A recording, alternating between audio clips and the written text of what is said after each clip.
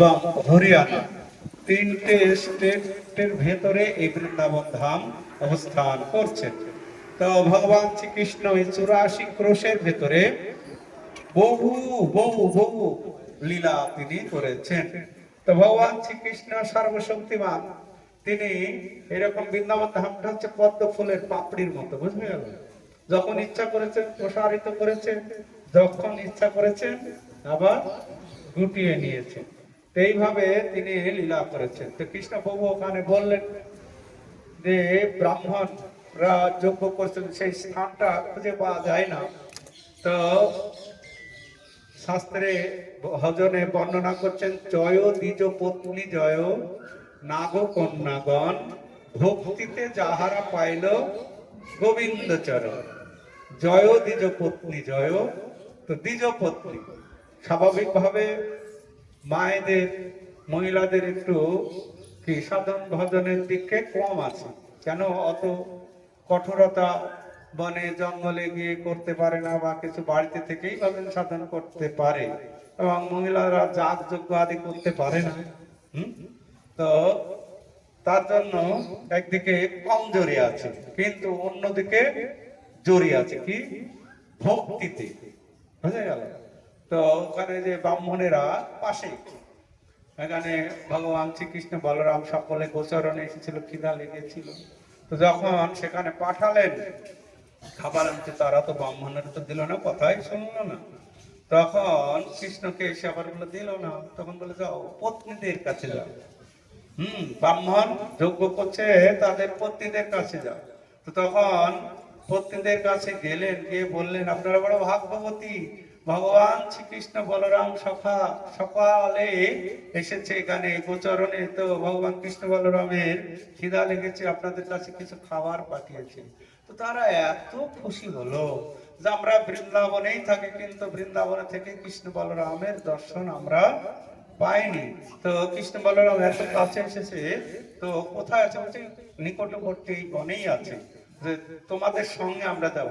তো খাবার, যাদের যাদের বাড়িতে যা যা খাবার ছিল, সমস্ত খাবার, শুকনো খাবার, রসালো খাবার সবাই নিয়ে চলে যাচ্ছে। তখন যা ব্রাহ্মণেরা যেতে দিচ্ছে, হ্যাঁ তোমরা কোথায় যাচ্ছে? ঘরের বউ, আমরা কৃষ্ণ বলরামের কাছে যাচ্ছি। হ্যাঁ, কাউকে যেতে দিলেন, কাউকে যেতে দিলেন না। এইরকম আমাদের কৃষ্ণ ভজনে অনেকের বাধা আসে। মহিলাদের এসব করে কি হবে? এই কৃষ্ণ ভজনে স্বামীর কথা না শুনলেও কোনো কি পাপ হবে না।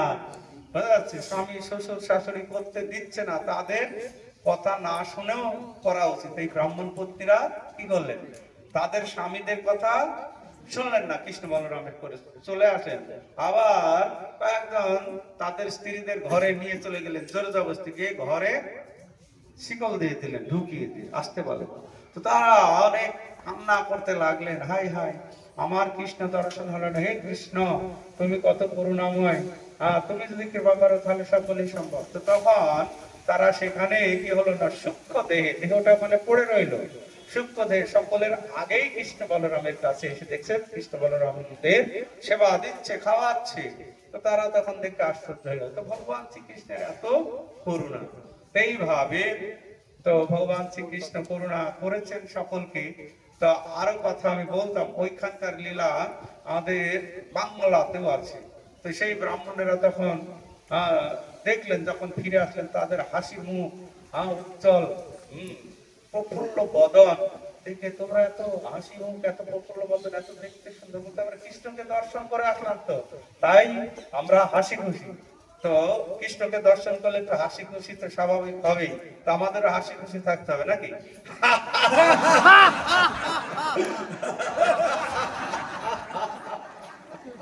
হাসি খুশি থাকতে হবে। তো তারা দেখে বললো না, আমরা শুধু এই যজ্ঞ করে করে যজ্ঞের ধোঁয়াতে চোখ লাল করে ফেললাম, আমরা কৃষ্ণ দর্শন করলাম, আমাদের আর যজ্ঞ করার দরকার নেই, আমরা কৃষ্ণের আরাধনা করবো। তখন তারা গ্রামে কৃষ্ণ বলরামের বিগ্রহ বানিয়ে সেবা পূজা করেছিলেন। এই কথা আমি পরে বলবো, এখন সময় হবে না, যেহেতু আমাদের অনেক জায়গায় যেতে হবে। দ্বারকাধীশ মন্দির আছে। আর অক্রুরজি যখন কংস কৃষ্ণকে মারার জন্য অনেক পরিকল্পনা করলেন, তো কোনো আর কাজ হলো না, সব অসুরদের মেরে দিলেন। তখন কংস আর একটা পরিকল্পনা করলেন, ধনুর যজ্ঞ। মথুরাতে ধনুযজ্ঞ করে কৃষ্ণ আসবে, তখন কৃষ্ণকে মারবে। তো সেই ধনুযজ্ঞে যার নেমন্তন্ন কাকে দিয়ে পাঠাবে? তো এই অক্কুর ছিল কৃষ্ণের পরম ভক্ত। তক্কুরকে বিশ্বাস করতেন যে আমাদের কথায় কৃষ্ণ বলরাম আসবে না এবং কি নন্দ মহারাজও পাঠাবে না। তক্কুরকে পাঠালেন। তক্কুরকে যখন পাঠিয়েছিলেন তখন এই রাস্তাতেই মথুরায় গিয়েছিলেন। এখন বৃন্দাবন তো শহর হয়ে গেছে, সেই পরিবেশটা তো এখন নেই।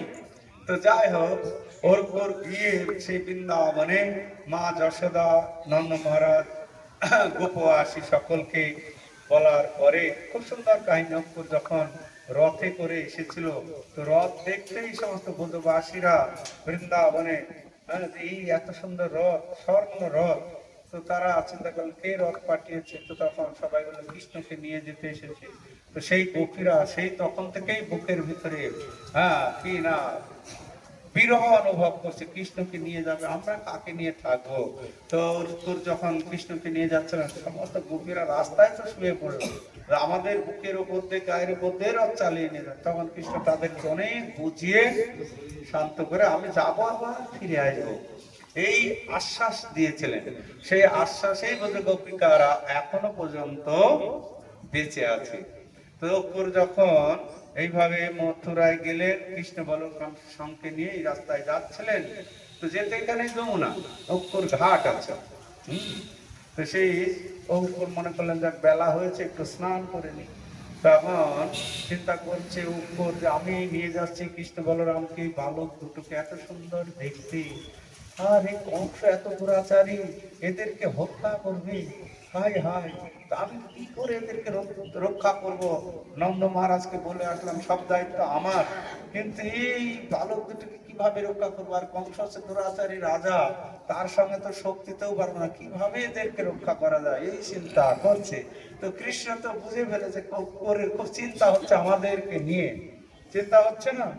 তখন বিকাল হয়ে গেছে, তখন রথ থামালেন। তো চালু চালু একটু স্নান আপনি করেন।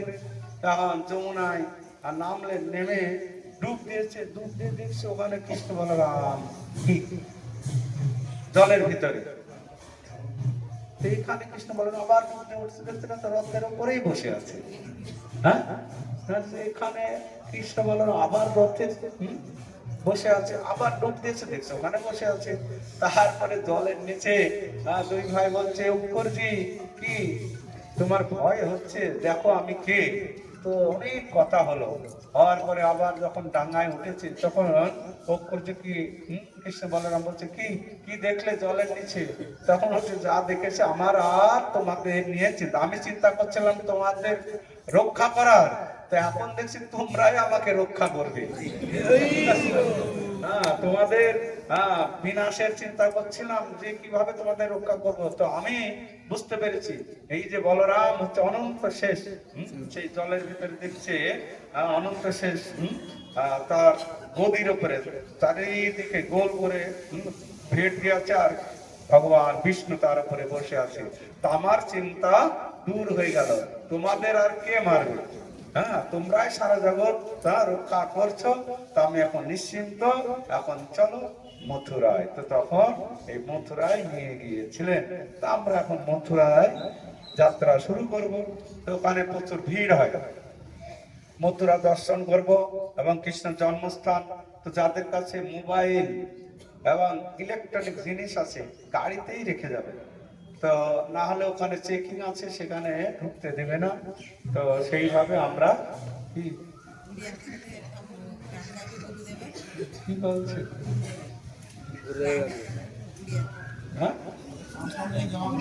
গুরুদেবের একটা উড়িয়া ভাষায় গুরুদেবের একটা গান।